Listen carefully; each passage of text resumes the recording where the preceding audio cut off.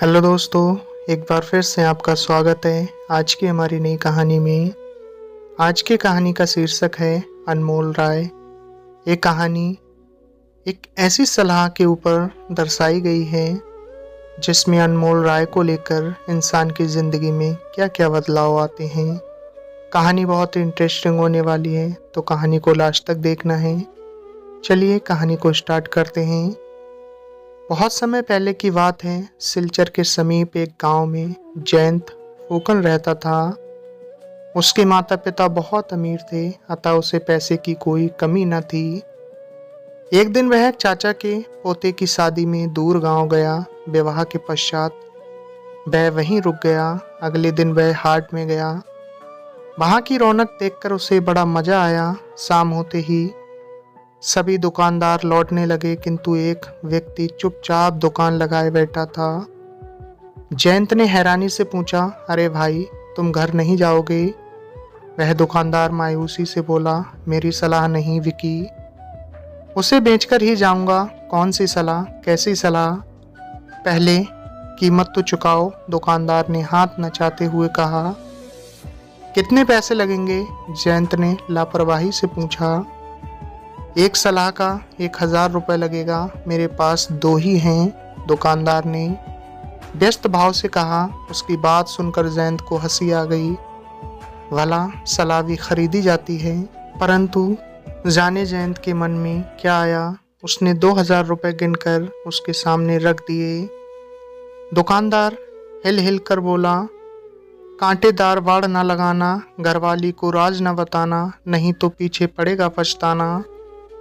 जयंत ने उसकी सलाह याद कर ली। घर पहुंचा तो पत्नी दरवाजे पर खड़ी मिली।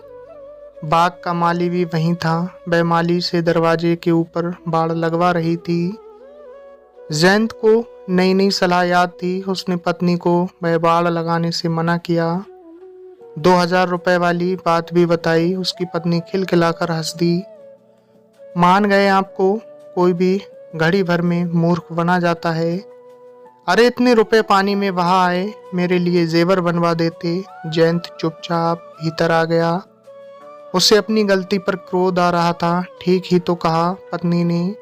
2000 रुपये गवा दिए। उस रात जयंत को सोते सोते विचार आया, क्यों ना इन सलाहों को आजमाया जाए। उसने एक जानवर के बच्चे का सिर काटकर जंगल में छिपा दिया, फिर खून से सना चाकू पत्नी को दिखाकर बोला, अरे मुझसे एक आदमी का खून हो गया, तू किसी से कहना मत, वरना आफत आ जाएगी।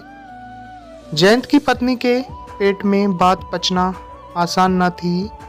वह मटका लेकर पनघट पर जा पहुंची। वहां वह अपने पति की बहादुरी की ढींगे हाँकने लगी। एक सखी ने ताना दिया, अरे सोनपाही, बहुत बड़ाइयां कर रही है, ऐसा कौन सा बड़ा काम कर दिया तेरे पति ने?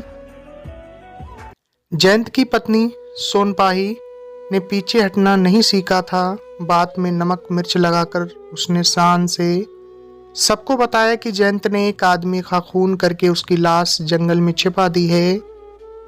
शाम होते होते पूरे गांव में खबर फैल गई। जयंत खेत से लौट रहा था। लोग उसे देखते और हाय राम, जान बचाओ कहकर भाग खड़े होते। जयंत कुछ समझ नहीं पाया। अगले दिन राजा का बुलावा आ पहुंचा। हड़बड़ाहट में जयंत घर से निकला। दरवाजे की कंटीली बाड़ में उसके सिर की पगड़ी गिर गई। जयंत उसे बिना पहने ही चल दिया। राजा के दरबार में नंगे सिर जाने की सख्त मनाही थी। जयंत को देख राजा गुस्से से भर उठा। तब जयंत को याद आई, फैसला कांटेदार बाड़ न लगाना। फिर राजा ने उससे गरज कर पूछा, तुमने एक आदमी का खून किया है? जयंत ने हकलाते हुए उत्तर दिया, जी मैं नहीं। क्या मैं लगा रखी है? स्वयं तुम्हारी पत्नी उस खून की गवाह है। जयंत के कानों में गूंजने लगा, घरवाली को राज न बताना, नहीं तो पीछे पड़ेगा पछताना। वह खिलखिलाकर हंस दिया। उसने धीरे धीरे राजा को समझाया कि किस तरह उसने सलाहों की परीक्षा लेनी चाहिए। राजा से आज्ञा लेकर वह जंगल में से जानवर का कटा हुआ सिर ले आया। राजा ने सारी बात सुनी तो वह भी हंसते हंसते लोटपोट हो गया। जयंत को ढेरों इनाम देकर विदा किया गया। सोनपाही कुछ नहीं जान पाई। परंतु जयंत ने उन सलाहों को सारी उम्र अमल में लाने का निश्चय कर लिया। तो दोस्तों, इतनी सी थी ये कहानी आपको कैसी लगी कमेंट्स बॉक्स में अपनी राय ज़रूर साझा करें और बने रहें हमारे साथ इसी तरह हमारे चैनल पर। अगर चैनल पर नए आए